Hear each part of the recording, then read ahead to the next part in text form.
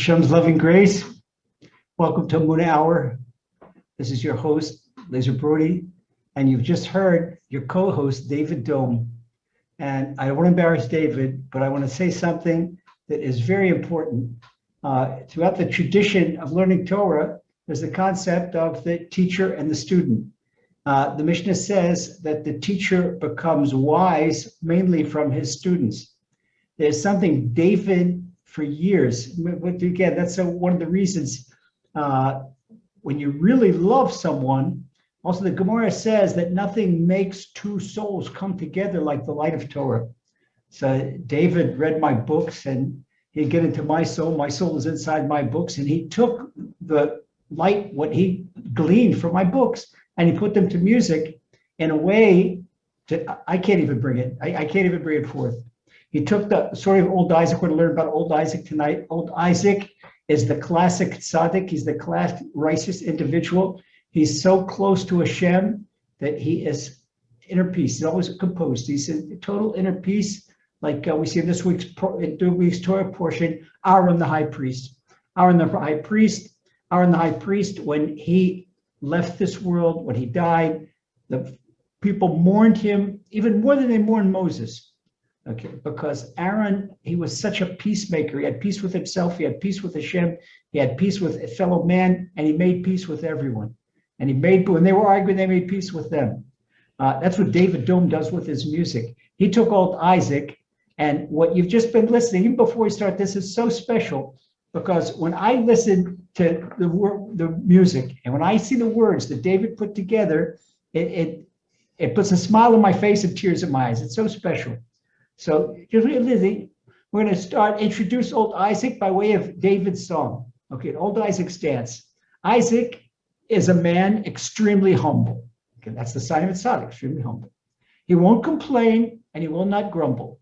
And whatever happens to Isaac, he's not going to complain. You're not going to hear a word of complaint about him, because everything comes from Hashem. He's the epitome of Emunah. With the hands the size of baseball mittens, he looked like a big Ukrainian peasant, and that's what he looked like. He was a big tzaddik. Strong like an ox, but gentle as a kitten. This is also characteristic of the tzaddik. Tzaddik had great strength, but very gentle. Moses was 9 feet tall, and Moses was massively strong, but the way he handled every little lamb. This is characteristic of the tzaddik. With eyes that shine, he'll break your pomp and circumstance. Till you're dancing, Old Isaac's dance. The warmth of his eyes and the humility of his eyes, not only of his eyes, breaks through the facade of the highbrows with their nose up. Okay, so David takes a little punch here. This is cute. You present yourself with all your opinions, strutting like a peacock, arrogant patrician. Within a short while, he'll hear you division. You can division with the David and a few different ways to interpret that. He's divided within himself. Put you back like a spiritual physician, because his division is his ego is destroying his soul. His soul's in the shattered. Old Isaac puts his soul back together. That's what he does for us, and that's what the whole thing of Old Isaac's trail of tranquility. It puts our souls back together in one piece, like the way Hashem made them. Okay, what he feels is so real, not a fraudulent trance. It's Old Isaac's dance. It's the real thing. This is what you get with the light of Torah. When defeated by circumstance, he gets up to dance. Old Isaac doesn't let the world defeat him. He defeats sadness, he defeats depression, he defeats the world. And under biggest duress, he gets up and dance. So the chorus, oh yeah, he won't despair. He sees God is everywhere. Oh yeah, you hear him sing, praising God for everything. Oh, now watch the man. He defeated anger and holds it in his trance. Now he's dancing Old Isaac's dance. And we're going to hear this, tonight's lesson. It's a true story. Now, here's a crust by growing Jonathans. Jonathans are apples. That's a breed of apple. Juicy, ripe apples with blessings of God. Upon a winter's income, hanging potential. You take a deciduous tree fruit farmer that I used to be, your whole income is riding on that crop, harvesting on that crop. You work all year long to get that crop, take care of the trees and plow between the rows, and you weed and you fertilize and you nurse each tree. I know my orchards, they look like Kiddush cups. They were gorgeous. And big peach Okay, but then you pray. He knows every cent is providential, because for the tzaddik, his money to him, it's not that he has a lust of money, but his money is so kosher. He gives so much to tzedakah that what he has is absolute clean money, because he doesn't take a cent that doesn't belong to him. And old Isaac's money is for his hard-earned work. It's raising his apples. Okay, he prays, he never sways. In other words, he doesn't make, it's not abstentious in his prayer, back and forth. Instead, it's old Isaac's dance. So story is, one late morning, summer's morning, old Isaac felt pleased about the apples adorning. He was about to harvest his apples. The goodly trees bowing with the burden. Old Isaac's harvesting was certain. The day before, Isaac says, oh, he's got 15,000 kilograms. He's got more than 30,000 pounds of apples. That's going to bring a handsome sum. Okay. That night, but then the hail came down, falling on the ground with holes. If you know what hail, it's like sharp pieces of ice. And when it's on ripe fruit, it leaves big gaping holes. It takes grade A fruit and turns them into grade C. There's nothing left to do with those apples except feed them to the cattle or feed them to the horses.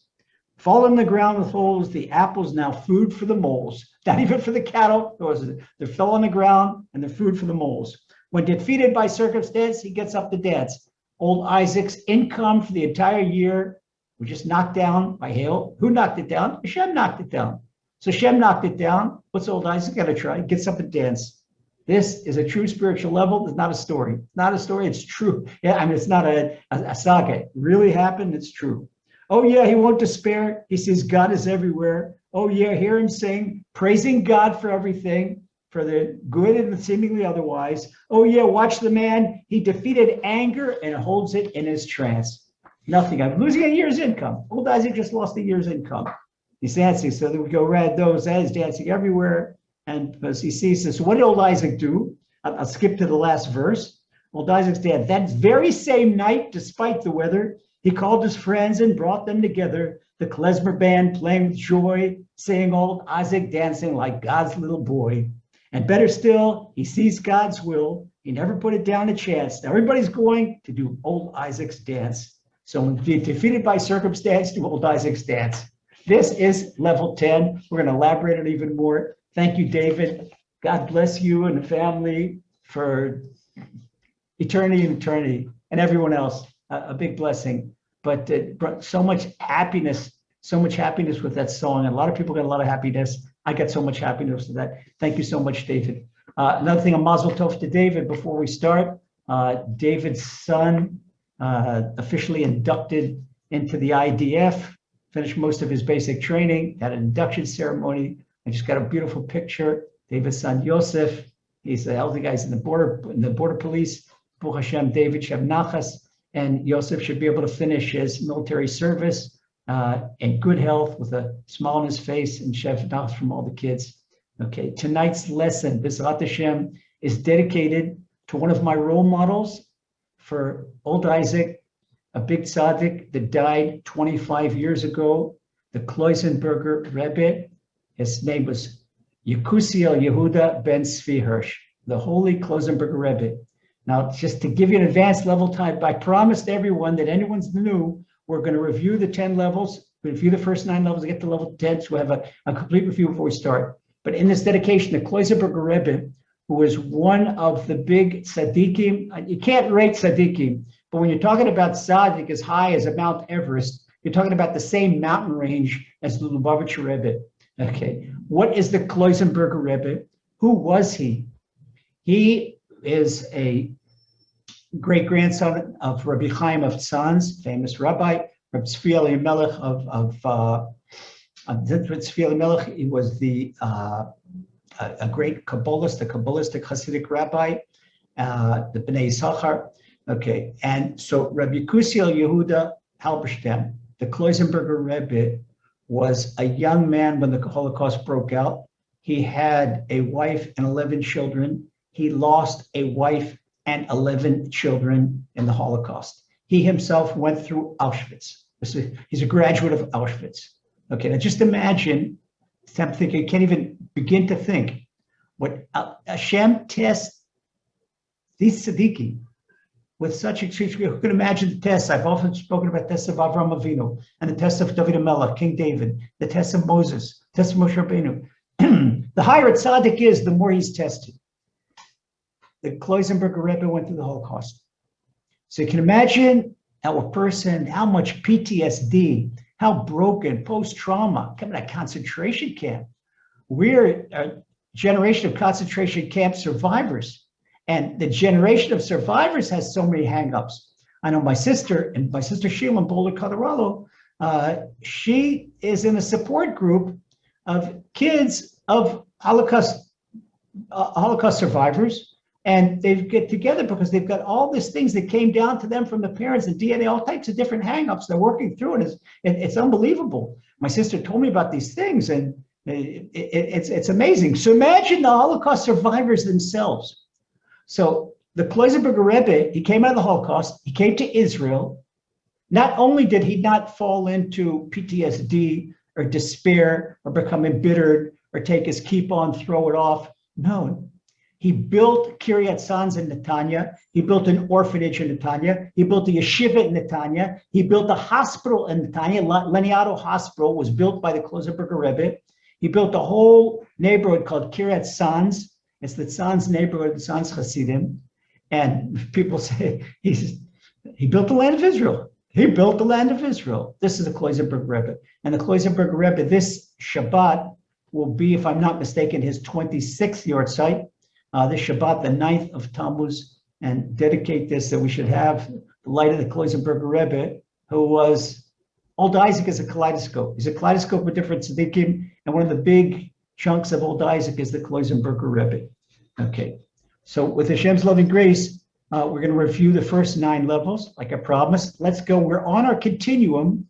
We're on one side, we're on total emotional turbulence, and on the other side, we're with the Old Isaac and the Kloisenberger Rebbe, and there are quite a few. I have the privilege of not only knowing personally tzaddikim in this generation that were level 10, saw them with own eyes, but spent time with them as understudy, as what's called a mishamish, serving them, driving them around, being with them, listening to them, learning from them.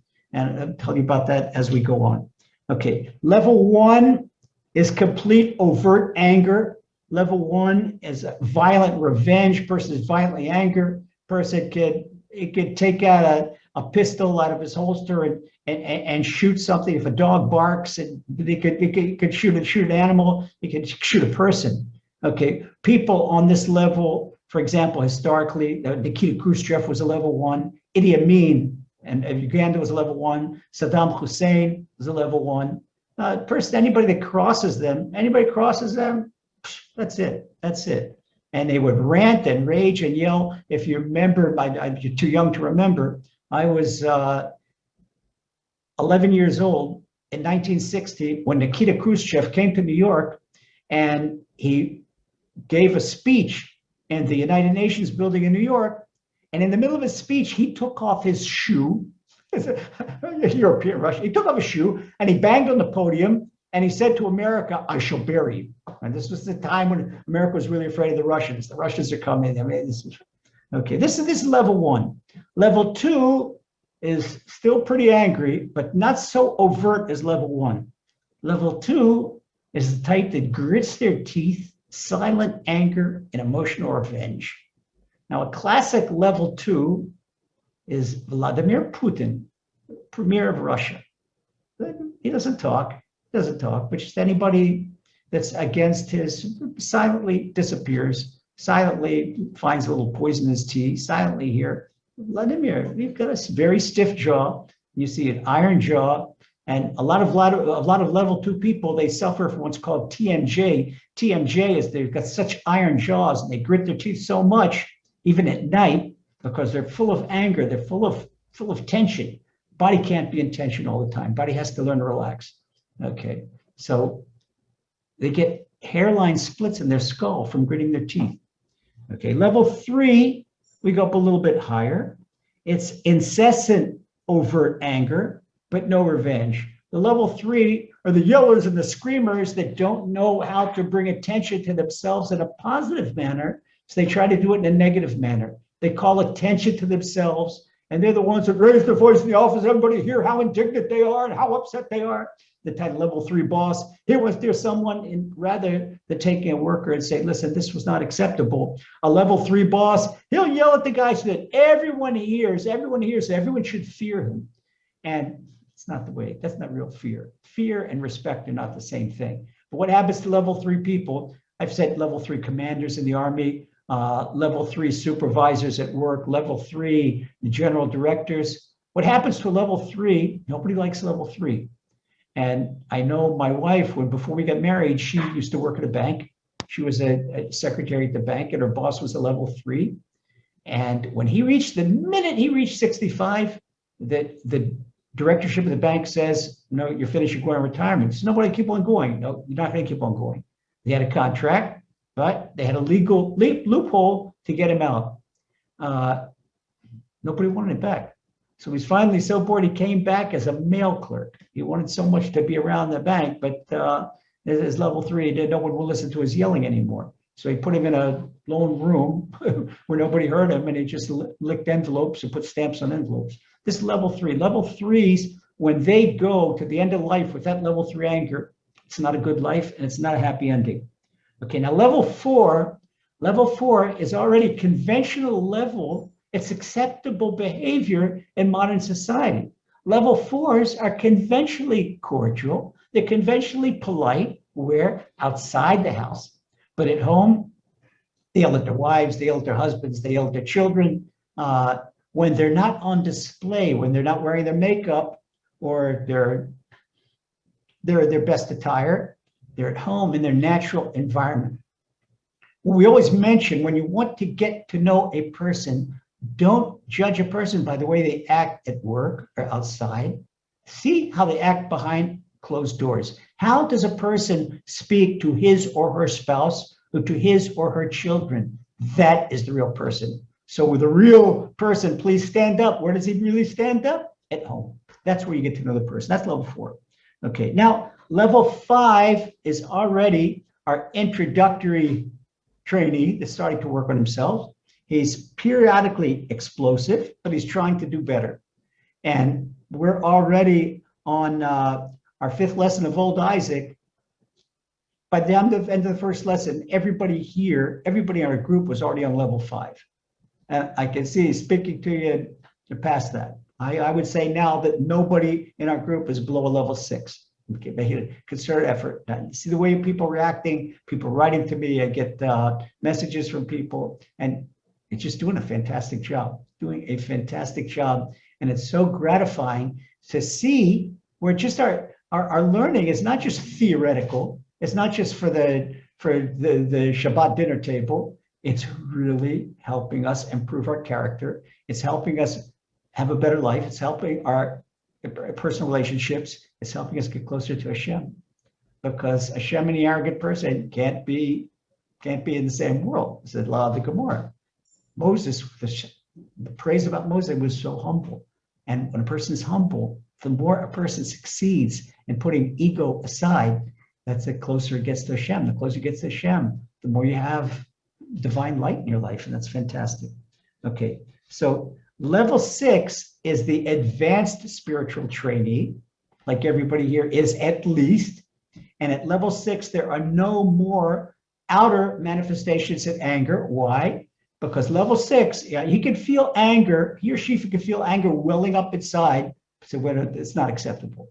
This is not acceptable. Just like you would go by an unkosher restaurant and smell some aroma that's good, and maybe it'll heighten the senses. No, that's not acceptable. I can't eat there. Okay, so I'm going to turn around. Or maybe he might see a flash of something that doesn't belong to him, something he's not to look at, a member of the opposite sex, somebody else's spouse. He doesn't look at that. Okay, that's it. So that's it at level 6. Level 6 already knows that. Doesn't mean it doesn't feel sometimes anger surging up inside, but right away, his Emunah comes to the rescue. He knows old Isaac comes to the rescue, things old Isaac taught him. Now at level 7, this is already a big step forward. Level 7 is really our first level of inner peace, because level 7 forgives and forgets and doesn't have any more anger or revenge in his thoughts. That's out. Okay, but at level 7, he's still he still feels pain. He still feels a pinch when somebody insulted him, when somebody did some bad thing to him. He forgives. He forgives. It doesn't hold any malice, no grace. Hashem, forgive them. I forgive them. But it's still a pinch inside. In other words, he or she hasn't fully realized that it's for the best. I'll give you an example. When does it stop hurting? That insult you took in the past. You're really insulted in shul. You're really insulted at work. The boss really insulted you. You were accused of something that you didn't do. Your spouse accused you of something. A neighbor accused you of something. You didn't do it. You were falsely accused. You were dealt an injustice. Who dealt you that injustice? All from Hashem. 3 words of Emunah. 3 words of Emunah. Ain't no Nevad. There's no one else but Hashem. So say if Hashem is a loving God, why did he give you that injustice? Why did he give you that verbal abuse? Why did he give you some of that verbal abuse, something physical abuse? Somebody came along and slapped you. Why? Well, this is such an atonement. If we suffer any type of abuse, whether verbal or physical or emotional, and especially embarrassment. Now, one thing you never want to do, you never want to embarrass another person, because the Gemara in Baba Metzia says that it's better to jump in a fiery furnace than to embarrass another person, especially in public. That's it. Better to jump in a fiery furnace. And it's real truth. And our sages explain why. Because embarrassment is worse than murder. So how can embarrassment be worse than murder? If a person takes a Luger and puts a 9mm bullet, heaven forbid, in somebody else's head, he dies once, that's it.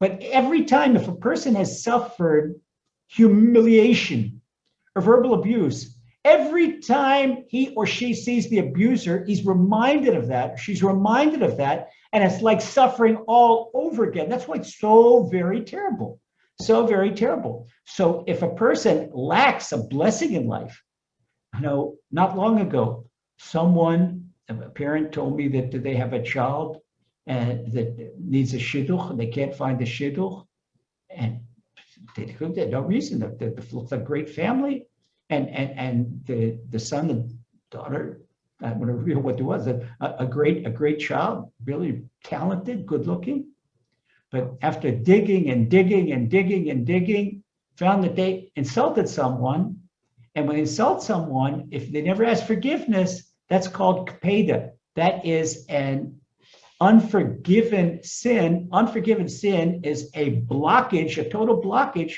for divine abundance. So it's a happy ever-ending story. It was painful and it was embarrassing, but they asked forgiveness from the embarrassed person. And the embarrassed person didn't want to forgive them. Told to go back and go back. Okay, they went back 3 times, and they finally placated the embarrassed person. I even told them to spend money, buy me a gift to do it. Okay. And it was a very short time afterward, boom, the obstacle opened up. There was no more blockage, and a great shidduch. So you have to be very, very careful. But, so you don't want to embarrass. If you suffered that embarrassment, since that embarrassment, according to the Gemara, is tantamount to death, if a person would have an evil decree against him or against her, sometimes Hashem gives a bit of embarrassment, because then Hashem says to the heavenly court, what's a midat din, the stern judgment, the powers of stern judgment. You know who stands in front of the powers of stern judgment? Stern judgment, that's the evil inclination. He's all the time demanding stern judgment. Okay, you said a person deserves death? Here, according to the Gemara, tantamount to death. They got a death sentence. That's it, finished. So imagine that humiliation, it could save a heart attack. It could save bankruptcy. It is so powerful. But in order for it to have the power of atonement, a person has to accept it like a level 7 and say, this is from Hashem, even though it hurts, yes, but this is from Hashem, it's all for the best. So now we go up to level 8. Level 8 is a peacemaker. Level 8 is a peacemaker. Level 8, if you insult the level 8, you'll acknowledge. I told the story about Jerry Miller. Jerry Miller had a horse farm, and these highbrow Englishmen came to visit his horse farm, and he gave them horses with a Western saddle instead of an English saddle like they're used to, and they called him a mule. So we put a saddle on his back. He says, okay, a mule, you're welcome to ride on me. This is a level, you can't argue with him. He completely steals argument. He flows with you. Okay? But they say, yo, you stupid person. He says, well, you know something?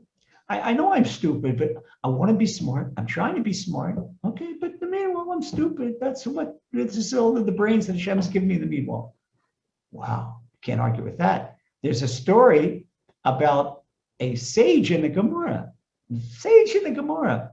He learned a lot of Torah and he forgot himself and he became a highbrow and he insulted an ugly man. He insulted an ugly man. He didn't know that that ugly man was a level 8.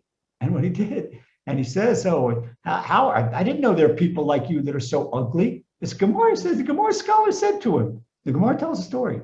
And he said to him, it's not my fault. Go to the maker, the creator. They created me.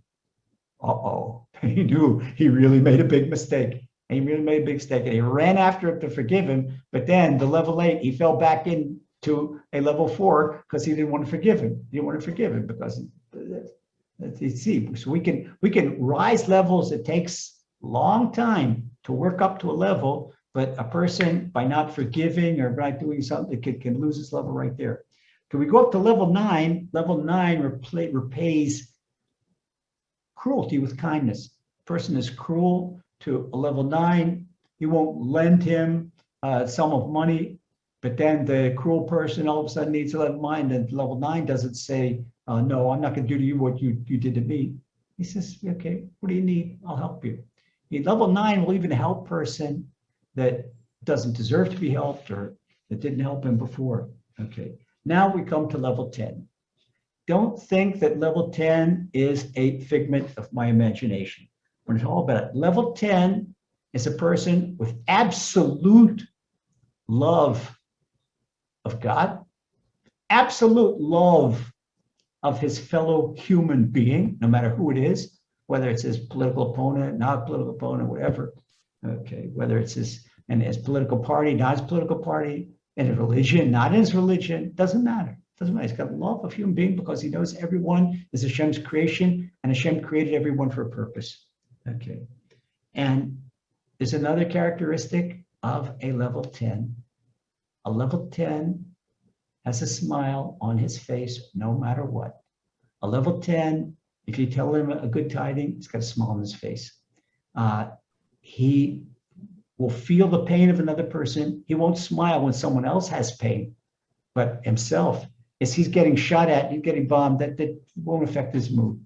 Won't affect him. He feels for another person. He's sympathetic and empathetic with other people. Okay, he's not happy with that, but it's about himself. He says, let me be a hero with myself. But for other people, he prays for other people. They should have good. They should have everything wonderful.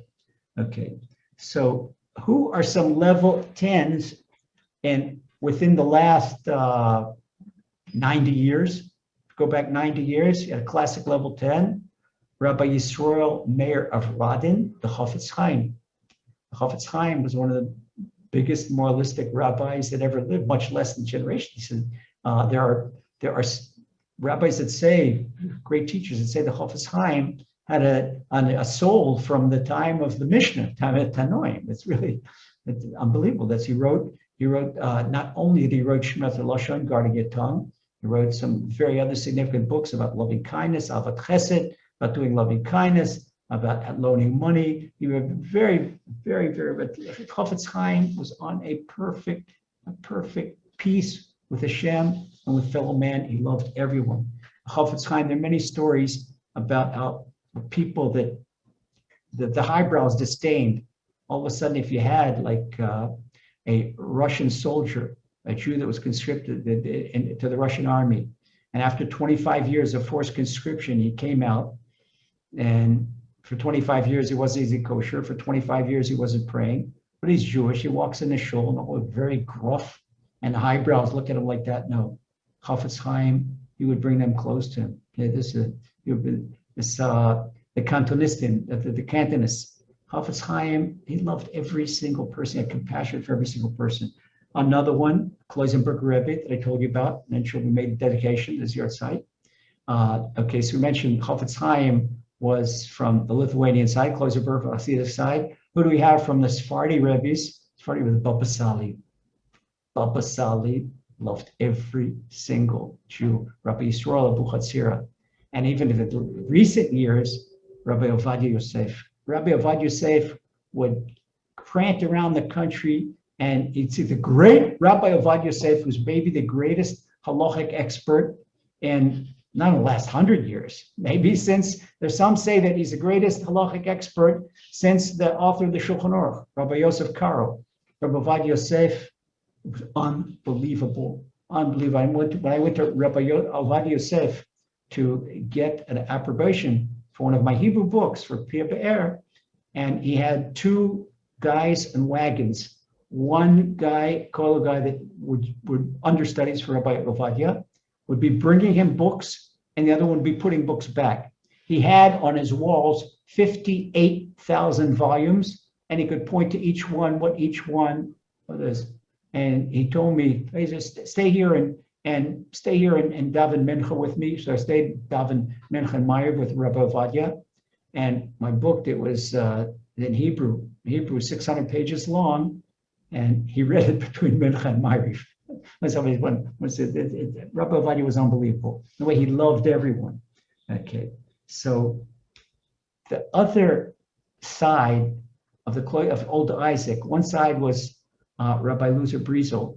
The other two sides were Rabbi Shlomo Zalman Auerbach, who I had the privilege of knowing, and I drive him around places. One time, I was driving Rabbi Shlomo Zalman Auerbach to one side of Jerusalem to the other, and some wild gang of guys and drive me crazy. They cut us off the road, and Rabbi Shlomo Zalman, he just smiled. We almost had a crash, barely escaped a crash, and he smiled. He said, "Clowns on the road, clowning around. Thank you, Hashem." This way he smiled, never angry, never anything. Another thing, at peace with the whole world. But a big influence on Old Isaac was my teacher, Rabbi Lozer Brizel from Yerushalayim. Rabbi Lozer Brizel used to go every Shabbat in his 90s. He would go every Shabbat to a different village to spend Shabbat. And I'm talking about religious village. He would go to kibbutzim, he would go to moshavim, and he would be wearing his Yerushalmi Hasidic gear, his shtreimel and his golden coats. And he'd be going and make Shabbat with people in farmers' overalls. This represents, and I saw this with my own eyes, because twice I took him to Shabbatot in different places. One time to Beit Meir outside Yerushalayim, another time in Chadera. And this is the way he was. This is the way he was. He was so simple, so perfect. Rabbi Lozer Brizel, he left the world when he was 103, and he had, one of his kids, but he had more than a dozen kids, and each one of the kids had more than a dozen children, each one. By the time he left the world, his children, his grandchildren, his great-grandchildren, they were over 1,000. Over 1,000. Okay, this is good. Okay, so now this all came in a kaleidoscope of my experiences and the tzaddikim that I succeeded in knowing, because, see, I wasn't born into observant Judaism. I was born into a secular home. Okay, so after I came close to Judah, I decided to change my life. It was after the first Lebanon War in 1982.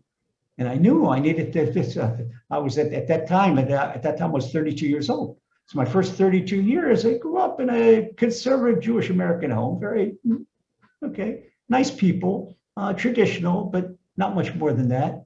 And I knew to learn something, I had to make up for all the lost years. So I only tried to find whatever Old Isaac I could get hold of. Okay, now at that time, I was far from Old Isaac, because if you would know me as a soldier, I was back and forth between level 1 and level 2. And it took a lot of years, level 1 and level 2, and it's tzaddikim. And I remember Reb Lozer, he used to chastise me. He said, "Lazer, this is unacceptable. Lazer, this is unacceptable. Lazer, acceptable." How many times he told me, "Lazer, this is unacceptable." Even, I'll never forget when I was engaged, when Yudit and I were engaged, and she was staying at her rabbi's house for Shabbat, and I was staying in Mea Shearim with Reb Lozer's family. And I didn't ask anybody. I thought it was perfectly okay. It was still dead. I walked my fiance, who's today my wife, I walked her home. Okay, Reb Loser on Sunday morning, he ate me alive with a smile on his face. He says, Laser, that's not acceptable. That after dark, you should walk alone with a young woman. Even if she's your fiance before you're married. It's not acceptable. And from his chastisement, his admonition. This is over in 20. This was February, to make sure that they're muted. Okay, if from his chastisement, it was so sweet that it brought tears in my eyes. And if somebody yelled at me, that didn't bother me. But the way this was Reb Loser, and this old Isaac. Okay, so at this point, we're going to meet old Isaac and see what it really means to be a level 10. Now, you may think, wait a second, this sounds like a fairy tale, but that's why I mentioned the true tzaddikim that got that. This is something we all have to shoot for, because I'll never forget, and draw back from all my experiences in life, and they all come through. My high school wrestling coach, he was a son of Irish coal miners from Pennsylvania. His name was Robert McNeilis. I'll never forget him. Also had a big influence on my life.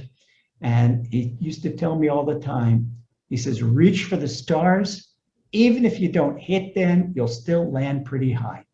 So if you're trying to be a level 10 and you're only a level 7, if you're only a level 7, you are considered in the heavenly court, you're already a tzaddik or a tzaddikus. If you are a level 7, where you could forgive everyone, even if you do feel pain, but you see the pain, and the pain's from Hashem, I forgive everyone, you're on a tremendous level of emunah, and your interpersonal relationships are obviously fantastic, and Hashem loves you, that's great. So if you're striving to be a level 10, and you only, quote unquote, reach a level 7, you're doing a fantastic job. But in order to maintain, here's the thing. If a person says, no, I'm satisfied going through life with level 5. If a person decides to be mediocre, you can't be mediocre because there's no treading water in spirituality. Person will fall back to level 4 very quickly. Okay, all the time, this is very important to stress. And I didn't stress it enough in the book, but to stress to all the time work on ourselves, to go higher, to go higher, to go higher. Don't say I can't reach that level. Don't say I can't reach that level. Somebody once said to Rabbi Nachman of Breslov, and said, Rabbi Nachman, what do you expect of me? I can't reach your level. I'm not you. I'm not great-grandson of the Baal Shem Tov like you are. Rabbi Nachman said to him, no, you're wrong. You're wrong. Anybody who does what I do and who exerts the energy that I do in prayer and in Torah learning and in serving the Almighty will reach my level. And this is what we have to learn, beloved brothers and sisters. If we exert the energy that old Isaac and the old Isaacs did, we could be on that level. We can realistically be on that level. So it's something to aspire, something to shoot for. And it's something I tell my personal prayer. I talk to Hashem when I do my spiritual shower every day and do self-assessment. Say, okay, Hashem, I know I messed up. But Hashem, I want to be good. This is my desire. This is our desire, is our free choice. Our desire, Hashem, I want to be like old Isaac. I want to be like the Chafetz Chaim. That's why I learned the Chafetz Chaim's books. That's why I learned old Isaac's Trail of Tranquility. Okay, so even though old Isaac is an allegorical character, he's very, very real, as we mentioned. Okay, so old Isaac, if you look at him, look at the cover. That's why I had it. A Ukrainian artist, she drew, I gave her the description of old Isaac, and she made this exactly the way old Isaac looked. Okay, he looks like a combination of Rip Van Winkle, Elijah the prophet, and Heidi's alpine grandfather. That's old Isaac. Okay, he's a massive, like David said, they're massive as a medium-sized Brahma bull, but he's gentle as a lamb, and his main characteristic, he loves everyone. He loves everyone. So if we'd see old Isaac, he'd look like a Ukrainian peasant with his fur hat and his sheepskin vest. Okay, and old Isaac, he opens up a smile and it's got it missing a tooth here and there. There's one thing, if you look very closely under a magnifying glass, you'll find on old Isaac's forearm, you'll find a tattoo. This way, it's like Jews aren't allowed to have tattoos. No, old Isaac didn't give himself a tattoo. He got that tattoo. The Nazis gave him that. Okay, old Isaac was a concentration camp survivor. Old Isaac, as you see, there's another whole story. I don't want to tell the whole story, but old Isaac, he saved the lives of a German couple. He risked his life to pull a little German boy out of the river. Okay, I say this is the level. You went through Auschwitz. The Germans for 4 years made you miserable. You lost a family in the Holocaust, and you saved a Jew. This was not the Nazis. If it weren't the Nazis, someone else. And just like some people don't like the political situation in Israel, don't like government. Like government. It's not argue with the government. It's Hashem. Argue with Hashem. Hashem put them in power. Okay, Hashem wants the representatives not to be in power. They'll be in power. This is power. This is power. It's all Hashem. It's all Hashem. On a level 10, you've got tunnel vision. You see nothing but Hashem. See nothing but Hashem. When you look at other people, you don't see bodies. You see souls. You look at souls and you see the light of a soul. That's why a level 10 is able to love every individual. He doesn't see black skin. He doesn't see white skin. He doesn't see round eyes. He doesn't see slant eyes. He doesn't hear this accent or that accent. He sees only the soul. A level 10 focuses on the soul. People understand level 10. People would marvel at Reb Loser Briesel. And I would say, Loser Briesel would look at the people and tell them things that they didn't even know about themselves. How do you know that?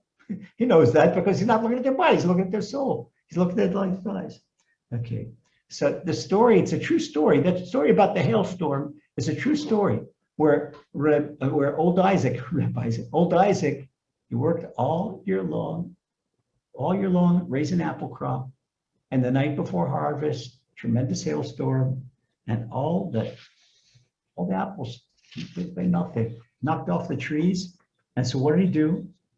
When he first even level 10, he came out the next morning after the hailstorm, and he saw that orchard, and his heart skipped a beat. Yeah, it skipped a beat. He's a human being. Okay, he can't control his heart. Hashem controls his heart. But the earth, there's a carpet of apples on the earth. And the hail had knocked the trees clean. I mean, they didn't have to have bad pickers. They don't been, okay. And if there was an apple or two left on the trees, they had gaping holes in them from the hail because the hail's the size of ice cubes. Okay, so Jerry Miller, Isaac's neighbor that we introduced last week, Jerry came out running and Isaac is okay. And he saw that Isaac is dancing. He's dancing at Kazatskin out in the orchard. He's praising Hashem. And Jerry thought that Isaac lost his mind. He says, wait, you've lost all your income?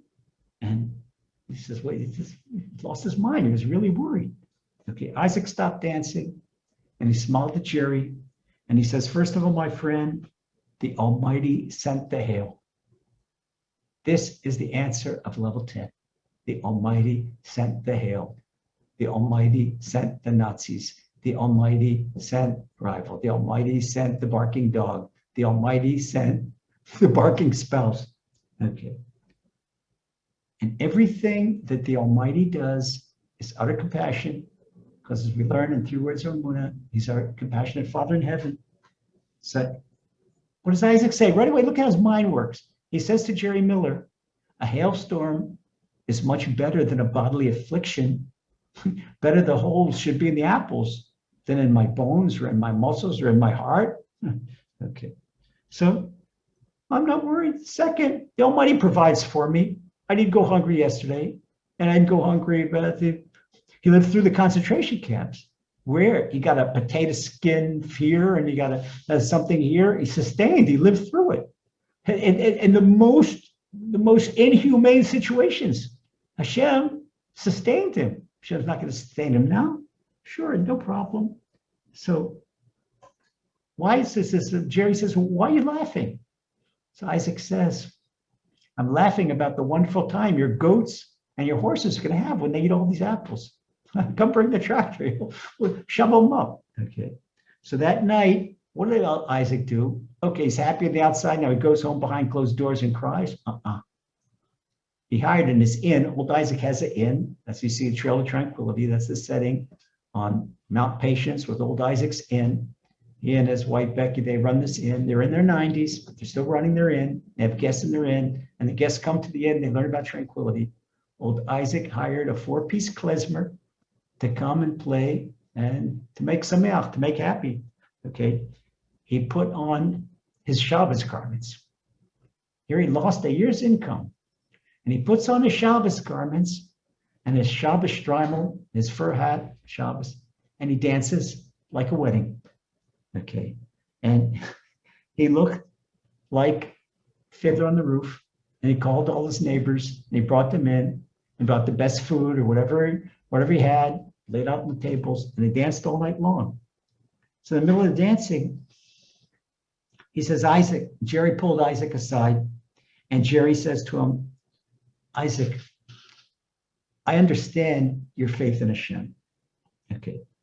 But I understand your acceptance of God's will. But aren't you overdoing it? I mean, here's this tragedy, and you're celebrating a tragedy with a band, with a klezmer band. What does Isaac answer? Listen to the answer for number 10. It's not just a little story that would be nice. They would get to know how a number 10 thinks, how level 10 thinks. Jerry, says Isaac, up till now, it was no big deal to be a lover of God and a lover of fellow man when I have all this abundance and the inn is full and they have crops and the goats are giving plenty of milk and there's cheese and everything.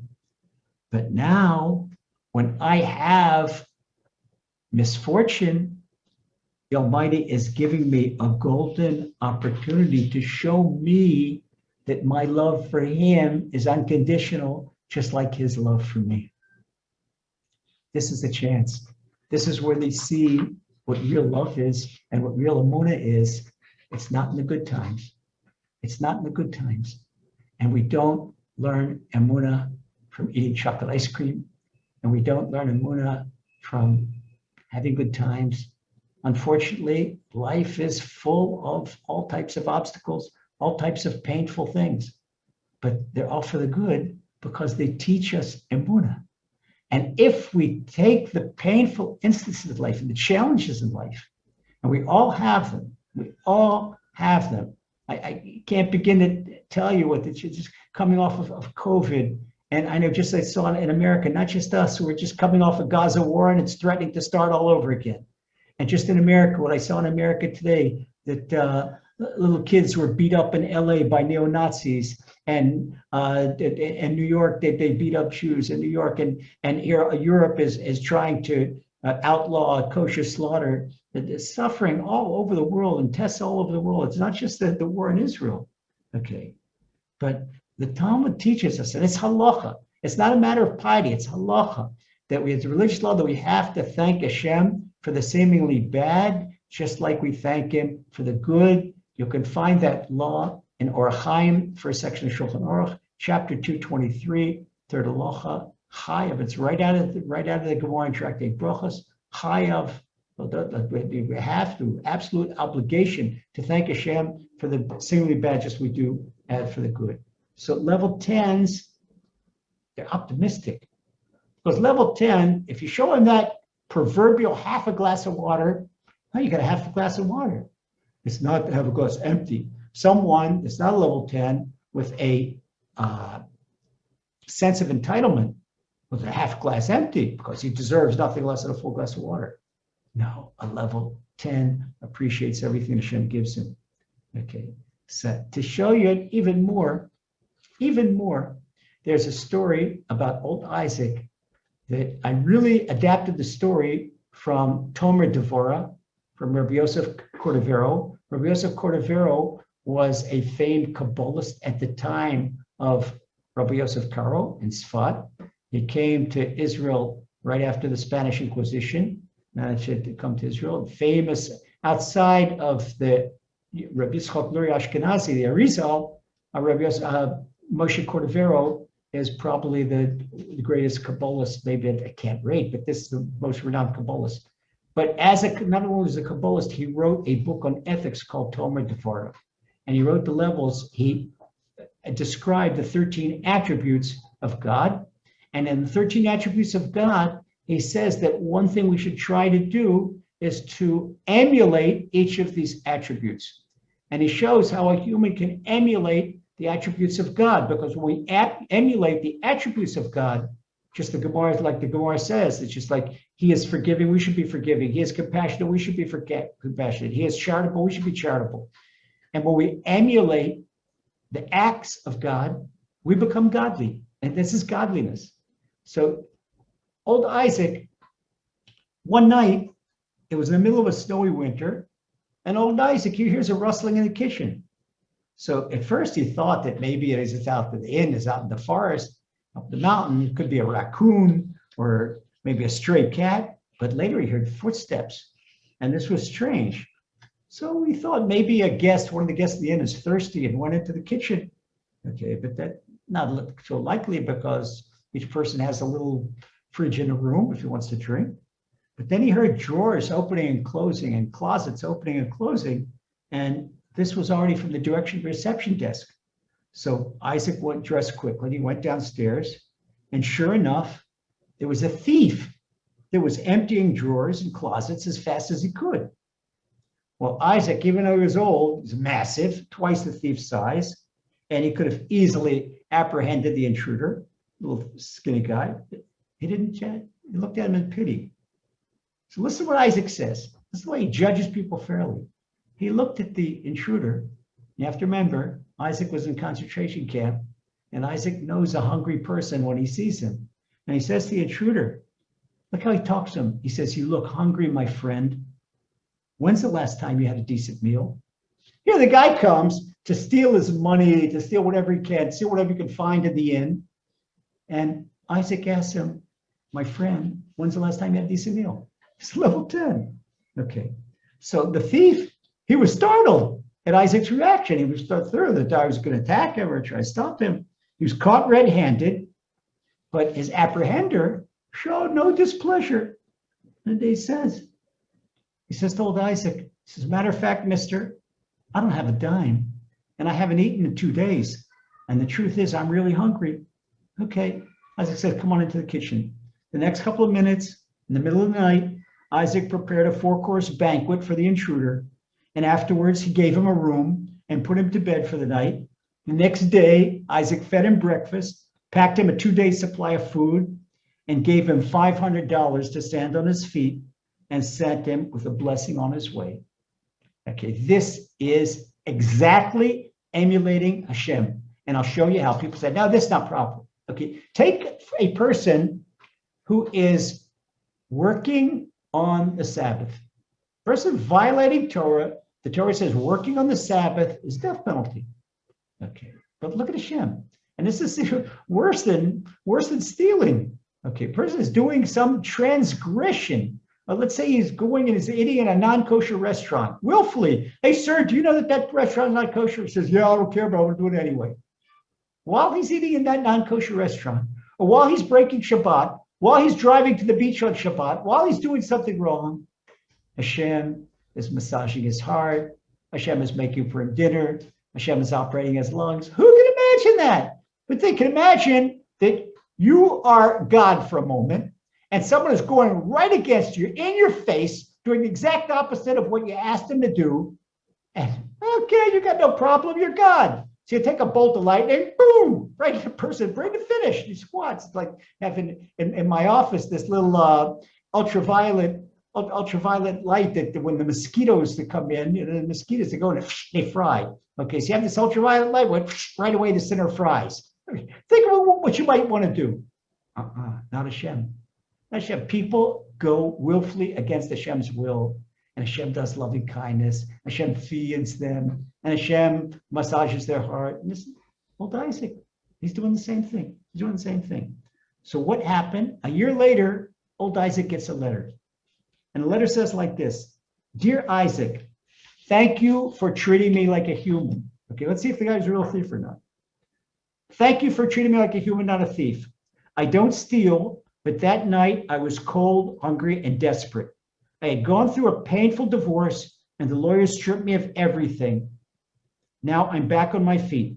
Thanks to you, Isaac, I'm not in jail, nor do I have the rest of my life with the stigma of a criminal. Instead, I have a nice apartment and a good job as a mechanic.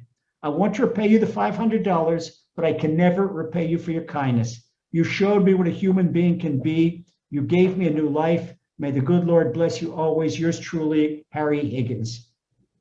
That's what is this? This is correct in the world. Nobody gave Isaac a reward at a testimonial dinner, but what are you doing to make a world? Level 10 people, they are godliness walking around the world. They're making the world a better place.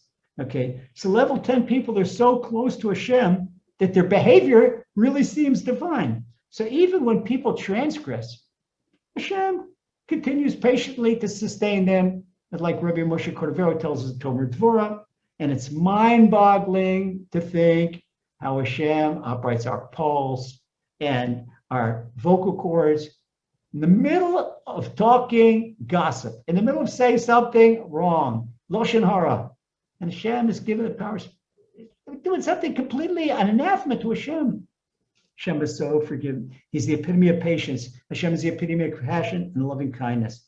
So it's difficult imagining a policeman could apprehend a burglar and say, oh, you look tired and hungry. Let me give you something to eat and drink. But that's the way Hashem acts with us every minute of the day. And that is the way level 10 people act. Okay, I want to conclude our level 10, and this is concluding chapter 1 of Tranquility and our learning of the 10 levels on the turbulence and tranquility continuum. But I once asked a level 10, and I'll be honest, this is secrets behind it in the book. This was Reb Lozer Briesel. Okay, I asked him when he was 96 at the time. I said, Reb Lozer, how, with what you went through in Israel and the wars and the Holocaust and hunger and all types of things. I said, how'd you make it? How'd you make it to 96? And Hashem should continue on, okay, to bring you on. So he answered me with a smile. He says, I never get angry and I never harbor negative feelings in my heart. So he says, my heart is sound and I don't have any digestive problems. This was at 96. And thank God I don't know what a headache is. And he could still walk. He walks slowly. All right. And this, I wrote in Trail Tranquility, this particular individual, that was Reb Lozer Briesel, he lived through poverty. He lived through terrible poverty. He lived through civil wars. Okay. But then I was on a roll. I pressed the point a little bit more. And I said, how can a person, I was in the beginning of my spiritual journey back then, how can a person be as happy with the bad experience as he can be with the good? I asked this, okay, I couldn't process it in my brain yet. Okay, so he said, just remember 3 rules of thumb. From these 3 rules of thumb, later, we're talking about this conversation I had with Reb Lozer in 1988. Okay, so here we go, 1988, 33 years later, okay, 32 years later, I used them to base a book from what I learned from Reb Lozer. Okay. He says, first, the Almighty runs the world. Second, the Almighty has infinite love for all his creations. And third, the Almighty knows what's best for each of us. This is it changed a little bit, but this is the 3 words, basically the 3 words of Emunah, that everything comes from Hashem, and Hashem is our loving Father, and everything comes from Hashem is our loving Father. It's all going to be for the best. And so when you combine these 3 rules, you're left with no reason in the world to be angry. No reason in the world. And so worry and the above 3 worlds, anger, negative emotions, and these 3 rules, they just don't go together. So, beloved brothers and sisters, with Hashem's loving grace, applying this in your life, you'll live to a minimum happy and healthy 96, and I hope to 120. Amen.